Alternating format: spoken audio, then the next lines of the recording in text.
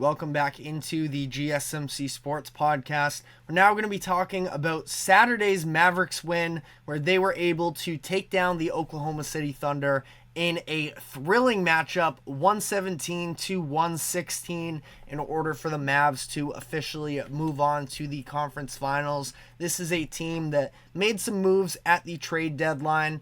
I talked about it. They were definitely buying in for a team that can win this year, but they're going to need to capitalize on this new window for them, and they are absolutely doing so. It seems like they have put together the perfect type of team for Luka Doncic in order to succeed, where it's not so much of a one-man show for Dallas anymore, and they have other supplementary help. Now, in this game, at least, it was Luka doing a lot of the heavy lifting. He was the leading scorer for them. That's not something necessarily out of the ordinary, but it's some of these role players and the, physicality that they bring. Derek Lively, we're going to be talking about how impactful he has been. And, you think about Dallas, and what I was sort of, worried about for them was, well, if they were going to match up against a Nuggets team, I don't know if they necessarily have the size to be able to do so. And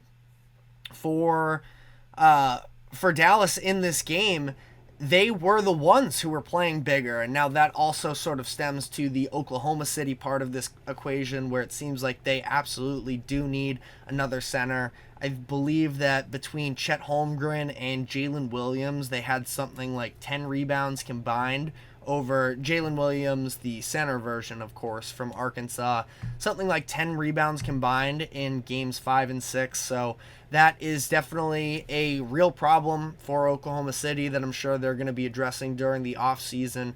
And, they had a chance to. We've talked about it before. Daniel Gafford was on the open market, but it was the Mavericks who went to go get him. He and Lively were both just, again, at any given moment, one of them can be an interior threat. And Lively with 15 rebounds, believe the youngest player to ever grab 15 rebounds in a playoff game. So he was awesome for them. And the Mavericks, again, it's this sort of duality of them where I do think that their defense is really impressive, specifically at guarding the paint, despite maybe not necessarily having a true defensive anchor necessarily. And again, the two-man punch of Gafford and Lively is definitely really impactful for them. But at the same time, who was going to be the primary matchup against Jokic? I don't know if they necessarily would have had an option. And it's still going to be a little bit of a similar conversation heading into next round, because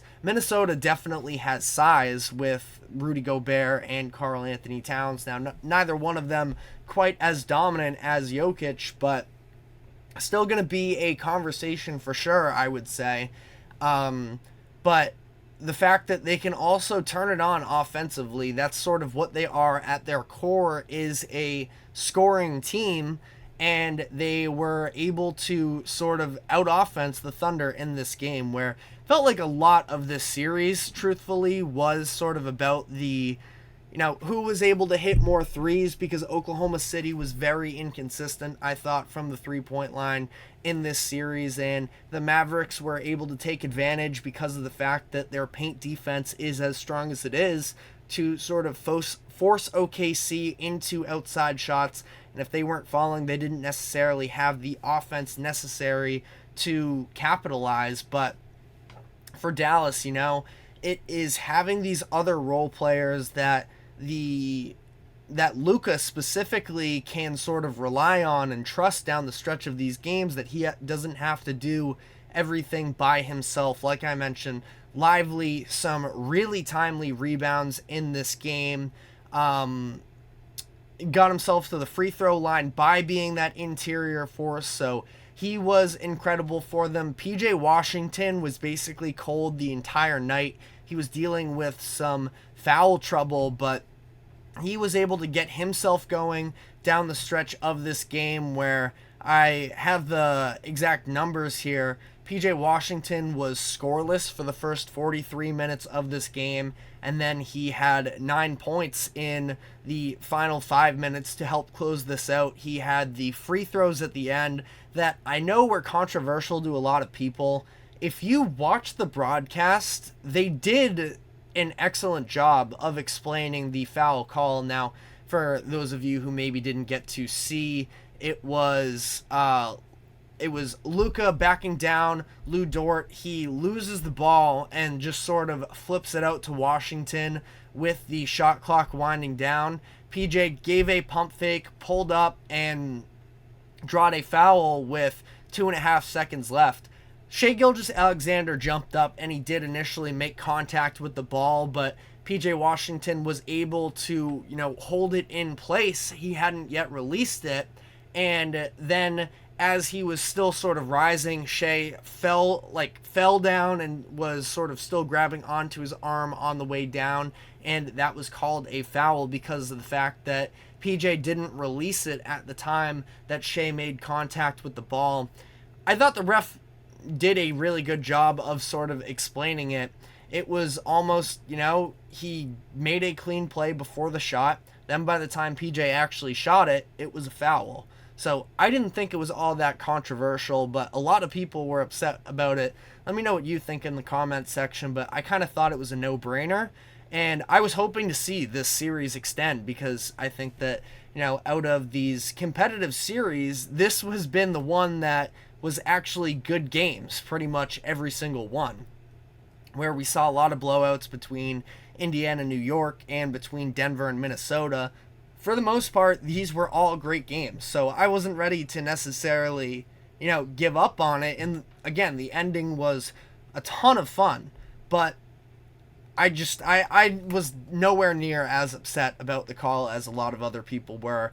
But OKC, they have a ton to look forward to still. Their future core is extremely well-rounded. Now, again, the rebounding and being big is a little bit of an issue for them. Now, it's not that Chet's a really good player, obviously, and I don't want to slander him by any means.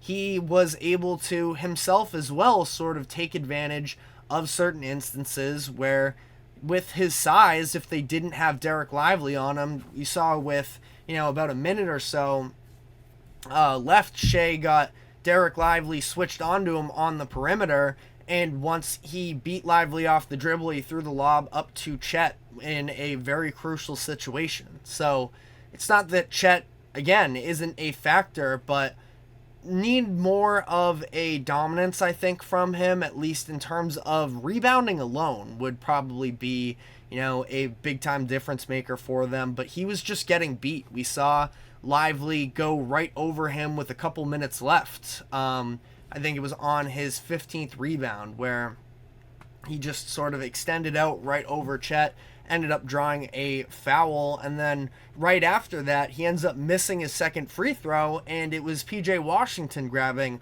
another key offensive rebound that ended up leading to him knocking down a three as well. So it just seems like in these big moments the Thunder were unable to rebound, and that's why they had the other Jalen Williams playing these closing minutes. And again, you can see the youth with them, even from a coaching perspective, and Mark Dagnall, who is a young coach. They were playing with a different fifth closer every single game. It went from Giddey to Isaiah Joe. Cason Wallace got some action.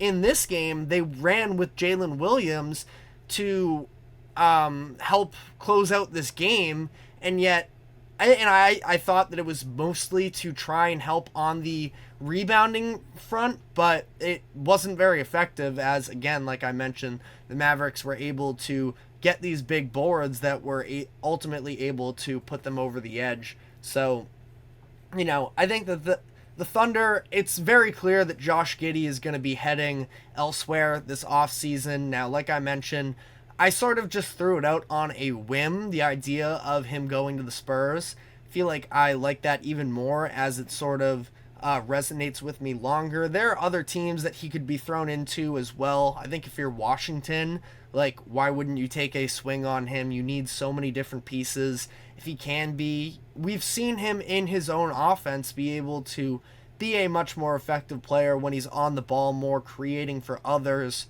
and sort of working from there. So I don't think that Giddey is, a fully broken piece, but I think that he's going to be the trade chip for them as they try and go out and get a more, definitive playmaker for them. Or I shouldn't say playmaker because Giddey is the, passing playmaker, but they're going to need a more established star is what I should say, and definitely some size as well. But Mavericks are moving on here. They've been one of the most fun teams this whole second half of the season, and going to be fun to see what Luka looks like here. I know that he's dealing with these injuries. I mean, even still in this game, it's just so the referee conversation is just always so prominent with him, and it's all the announcers could really talk about with him is that he was getting himself in these conversations. He had a technical called on him in the first half. He and Tony Brothers, I think it was, or it was Scott Foster, I'm sort of blanking. It was Tony Brothers, were, talking at length, and it seemed like Luka was going to get himself thrown out at some points of this game, but ultimately he was able to stick in there and help the Mavericks win this game. But let me know what your thoughts were in the comment section. We're now going to be taking our final break of the show, and when we come back on the other side, I want to talk about this Final Four remaining and all of the youth talent and the lack of veterans, to say the least, in these conference final series. So stick with us, and we will be right back.